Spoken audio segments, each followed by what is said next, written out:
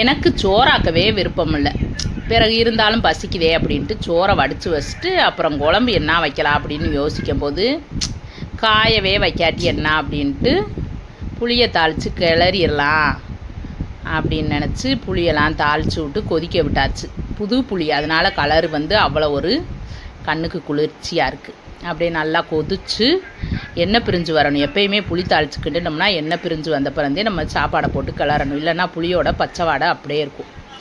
இப்போ எல்லா சோறையும் நம்மளுக்கு தேவையான அளவு போட்டுக்கலாம். பூரா வடித்து வச்ச சாப்பாடை பூரா போட்டால் புளி பத்தாமல் போயிடும். அதனால் தேவையான அளவு போட்டு புளிக்கு தக்கன சாப்பாடையும் போட்டு நல்லா கிளறி எடுத்தாச்சு. இதுக்கு தொட்டுக்கிறதுக்கு நான் காலையிலே பாறை மீன் வாங்கி மசாலாவெல்லாம் தடவி வச்சுருந்தேன். குழம்பெல்லாம் வைக்க வேணாம் அப்படின்ட்டு எல்லா மீனையுமே மசாலா தடவி வச்சுருந்தேன். அதை பொரிச்சுக்கலாம் அப்படின்னு பாம் ஆயில் எடுத்து ஊற்றிக்கலாம். நாங்கள் எப்போயுமே மீன் பொரிக்க, சிக்கன் பொரிக்க இதுக்கெல்லாம் பாம் ஆயில் எண்ணெயத்தையும் பயன்படுத்துவோம்.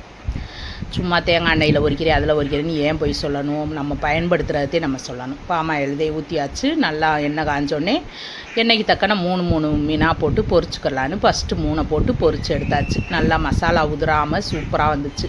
கடையில் வாங்கின மீன் பொடியும் அப்புறம் மல்லித்தூள், மிளகாத்தூள் இதை கொஞ்சம் எக்ஸ்ட்ரா வீட்டில் இருந்ததை போட்டு தடவி வச்சுருந்தேன். அவ்வளவுதே, வேறு எதுவும் எலுமிச்சம்பழம் அது இதெல்லாம் ஊற்றலை. நம்ம வாண்டுக்கு எப்பயும் போல் செஞ்சாலே அது நல்லா சாப்பாடு சூப்பராக வரும். அவங்க சொல்கிறாங்க இவங்க சொல்கிறாங்கன்ட்டு கண்டது கடியெல்லாம் போட்டு வச்சு நம்மளே நம்ம சாப்பாட்டை கெடுத்துக்கிறது மாதிரி பண்ணக்கூடாது. நம்மளுக்கு தெரிஞ்ச அளவுக்கு நம்மளுக்கு இது செஞ்சால் கரெக்டாக இருக்கும்னா அதை போட்டு செஞ்சு நல்லா ருசியாக வச்சு சாப்பிட்லாம். இப்போ சாப்பாடு எல்லாமே ரெடி பண்ணியாச்சு. இப்போ பாப்பாவுக்கு பசிக்குது, அதனால் சாப்பாடெல்லாம் போட்டு அதுக்கு ஒரு 2 மீன் எடுத்து வச்சு சாப்பிட கொடுத்துட்டு அப்படியே நாங்களுமே சாப்பிட போயிட்டோம். நீங்கள் எல்லாம் சாப்பிட்டீங்களா, எப்படி என்ன வச்சிங்கன்னு கமெண்ட் பண்ணுங்கள். அவ்வளவுதே இன்றைக்கி வீடியோ.